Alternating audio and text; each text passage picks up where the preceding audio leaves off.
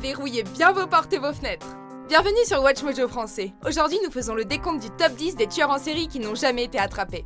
Nous publions de nouvelles vidéos chaque jour, alors abonnez-vous pour être au courant des nouveautés excitantes. Pour cette liste, nous passons en revue les meurtriers qui n'ont jamais été punis pour leurs actes et n'ont même jamais été réellement identifiés. On vous prévient, cette liste peut perturber les personnes sensibles. Chris Bush was a known pedophile at the time of the murders. And he committed suicide after the last victim was killed.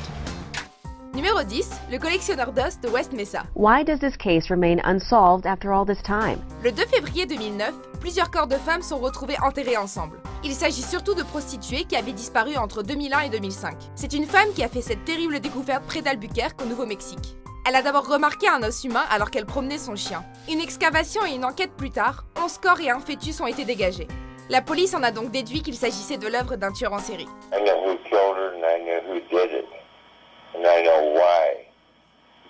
Okay, bye.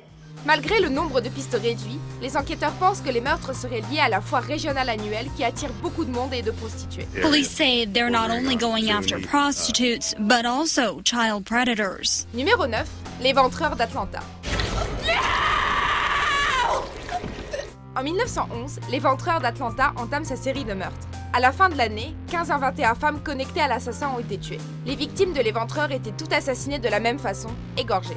Il s'agissait à chaque fois de jeunes femmes noires dans la vingtaine. La police s'est seulement mise à envisager l'hypothèse du tueur en série qu'après le 6e meurtre.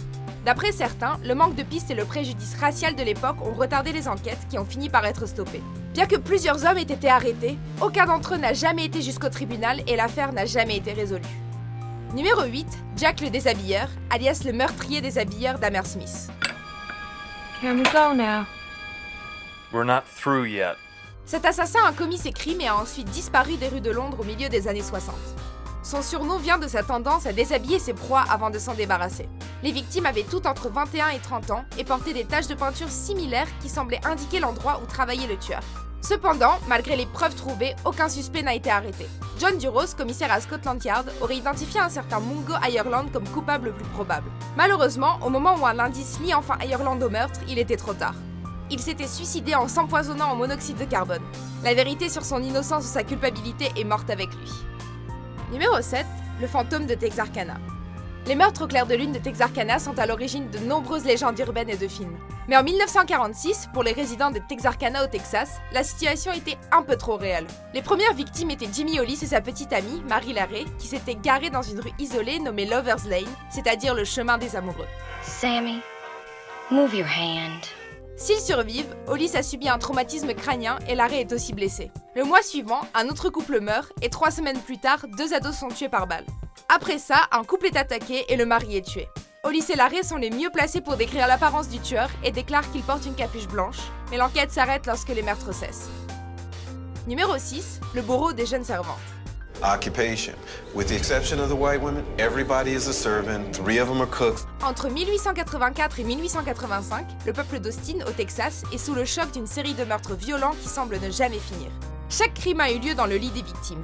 Le nom du bourreau des jeunes servantes a été imaginé par l'écrivain O. Henry dans la lettre envoyée à un ami où il commente « La ville est terriblement insipide, à l'exception des raids du bourreau des jeunes servantes qui animent les heures ternes de la nuit. » C'est une façon comme une autre de parler d'un tueur à la hache. Wendy, I'm home. Les meurtres ont soudainement pris fin la veille de Noël 1885. Certains pensent qu'il a pris un bateau pour aller semer la terreur dans un autre pays. I promise I will kill again. Numéro 5, le tueur d'enfants d'Oakland County, alias le babysitter. La perte d'un enfant est le pire cauchemar de tous les parents. Malheureusement, pour 4 familles d'Oakland County, il est devenu réalité. En 13 mois, 4 enfants ont été kidnappés et tués. Ces crimes affreux ont mené, à l'époque, à la plus grande enquête pour meurtre de l'histoire des États-Unis. Des témoins se sont manifestés, mais aucune preuve concrète n'a été fournie. Un témoin dit avoir vu l'un des enfants parler à un homme dans une AMC Gremlin bleue. Les propriétaires de ces voitures dans le county ont donc tous été interrogés. If he was involved, he should have been in jail and he shouldn't have been out the night Timmy was abducted. Quant au motif de ces enlèvements, des pistes supplémentaires vont des cercles pédophiles aux rituels sataniques. En revanche, on a peu de réponses sur le présumé tueur. Is that good enough for the family? No, it's not. Numéro 4, Charlie le trancheur.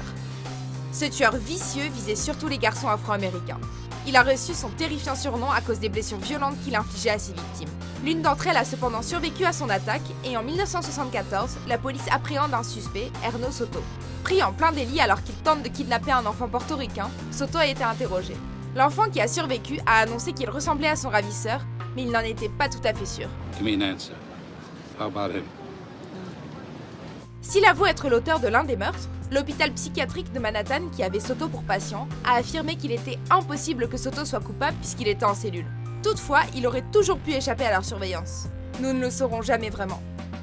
Numéro 3, le tueur de Long Island, alias l'éventreur de Craigslist. He makes 7 calls describing in graphic detail how he sexually tortured and killed Melissa. Cet assassin est actif depuis déjà un moment. En 2010, un chien policier en formation trouve le premier corps. Peu de temps après, les enquêteurs en trouvent d'autres dans la même zone et parlent d'un éventuel tueur en série. Des bouts de corps sont ensuite retrouvés, éparpillés dans Gilgo Beach dans l'état de New York.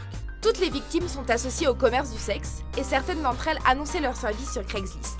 On ne sait presque rien de ce tueur en dehors de ses horribles crimes. L'enquête suit toujours son cours.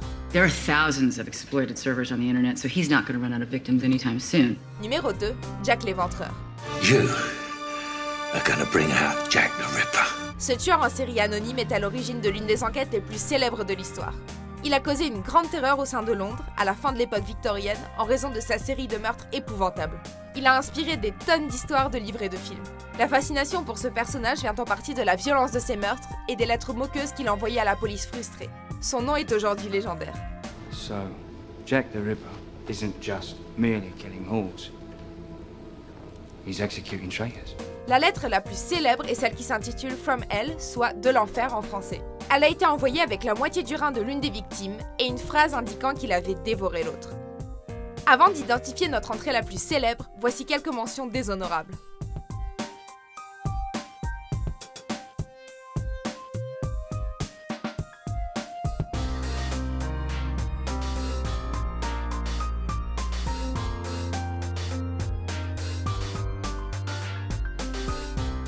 Numéro 1, le tueur du Zodiac. I'm not the Zodiac. Sans aucun doute, le tueur le plus insaisissable de l'histoire américaine, le tueur du Zodiac semble tout droit sorti d'un cauchemar hollywoodien. Il envoyait lui aussi des lettres à la police au moyen de puzzles et de cryptogrammes complexes. Il se vantait de ses exploits et exigeait que ces lettres fassent la une des journaux, sans quoi le nombre de cadavres augmenterait. Il traquait ses victimes, souvent de jeunes couples, dans des endroits isolés avant de les tuer. Des similarités dans la méthode et sa description physique ont mené certaines personnes à penser que ce meurtrier et le fantôme de Texarkana seraient la même personne. Quoi qu'il en soit, il a laissé un héritage terrifiant. This man was a terrorist, and a terrorist that was American grown. Vous êtes d'accord avec notre sélection? Jetez un coup d'œil à ces autres super vidéos de WatchMojo français et n'oubliez pas de vous abonner pour être au courant des nouveautés.